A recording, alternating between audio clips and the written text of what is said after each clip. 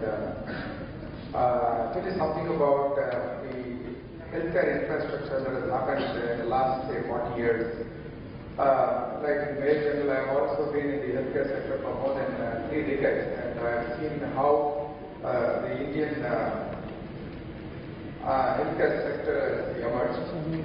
What is very interesting is that just after our independence, the government of India established a few general hospitals, but maybe after 1983, the government took a decision that it will be a facilitator and also allow the private sector to put up their own infrastructure and build hospitals. And I think that changed the entire scenario, and slowly from the government being the primary provider of healthcare, the private sector came in, and you saw a lot of hospitals coming in the private sector and even in the corporate sector for that matter. So when these corporate hospitals started coming in, they started putting up greenfield projects. When they say greenfield projects, they identified the land, they also had architects, they designed, maybe with the doctors, they designed the whole hospital building infrastructure, and then built the hospitals. Maybe it took about, from the conception to building the hospital, maybe a 250-bed hospital, took about 2 to 3 years of time. But over a period of time, maybe you should say somewhere in 1990, I think the trend of putting up the hospital infrastructure changed. Hospitals started growing inorganically and organically. When you say organically, they were growing as they were putting up the buildings, and some hospitals they started acquiring. So the infrastructure, the individual hospital infrastructure became China hospitals. So you saw a lot of multi-speciality, super speciality China hospitals coming up in the private sector.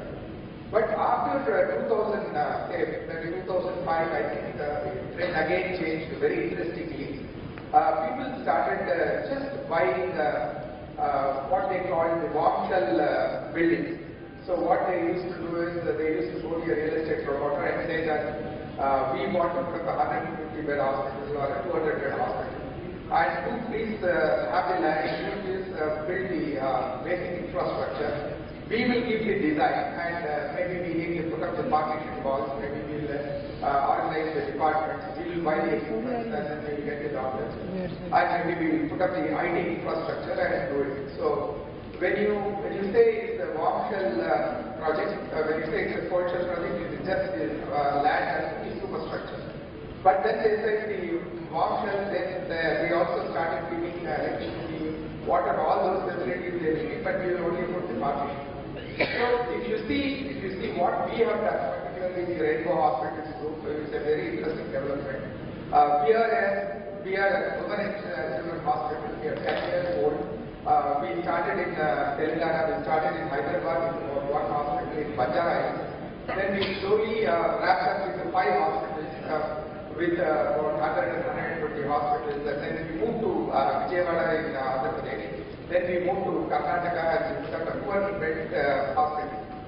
See, these are today in our scheme of things, we always look at warm shell projects where we just generally get the land and also the building from a real estate promoter, and then put the infrastructure, buy the equipment, maybe get the doctors and start operating in the hospital. But one is very interesting, I think I should stop with telling you one more very interesting thing that has happened in the technology front. I think it is also very important from the hospital point of view. Now information technology has become a part and parcel of the hospital, and so much has been talked about it from the morning. So what we have done is like what has happened in the other Western countries, as it has happened in many of the Western US and other hospitals.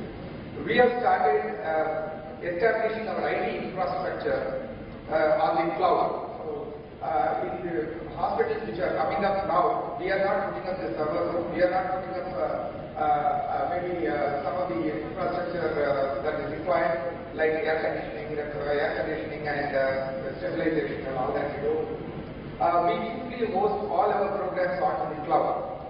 So if we are establishing a hospital, say 100-bed hospital in one of the cities in Rajasthan, we will establish the hospital with maybe a warm shell, get the doctors, buy the equipment, and then we will tell the cloud provider. We have got one cloud provider called Controllers, and he provides the entire server space in the cloud. So we will tell them for 100 beds, please give it as a service. So infrastructure as a service. Then we also put all our applications programs like HIS, SAP, electronic medical records onto the cloud, and then we start ramping up for every hospital. So what we have done is in all our 8 hospitals now the legacy systems have gone. We have no server rooms, we have no servers. All our programs and all our storages, all our applications are on the server. So I'm just going to take for 2 minutes to show you what we have done. This is we call it the Rainbow Digital Project, which we launched just about 1 year ago. In about 1 year, we just changed the legacy systems in 8 hospitals, and in new hospitals also we introduced the same system of cloud computing. These are all the hospitals we have in different places. And previously, if you see, we had this was the old architecture. So we had the server 1 and server 2, and this was the current architecture of this. Then when we moved on to the cloud, we moved like this. You find that there is a cloud architecture. In the cloud architecture, we have connected all our centers to the cloud, and we have got an SQL platform. In the SQL platform, the Sybase database, we have HIS. We have hosted our HIS and SAP and HR onto the cloud, and we are able to get this IT infrastructure in a matter of about 10 days time. We just have to inform the cloud provider, and then all the infrastructure facilities are ready. So this is a new trend in the healthcare industry, and I'm sure this will also catch up.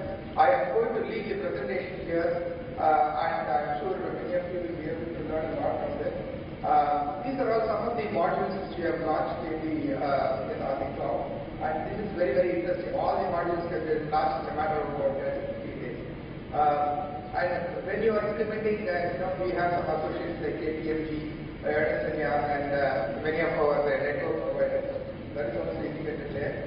And what is it? You will also see that in a matter of 1 year, we have been able to launch in 8 places. And these are all the advantages. We are able to, there are some challenges. We have to manage the change. Implementing EMR was a challenge. Integrating HRMS and HIS into SAP was a challenge. End-user training was a challenge. Maintaining uninterrupted connectivity was a challenge. But benefits were the seamless implementation of ICT in hospitals.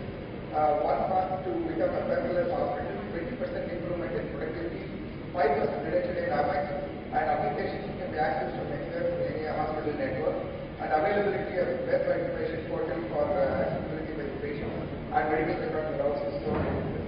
Thank you very much. And in fact, in this issue of eHealth magazine, you will see this cloud computing article written by this, and it may be useful to you. It is on the last page.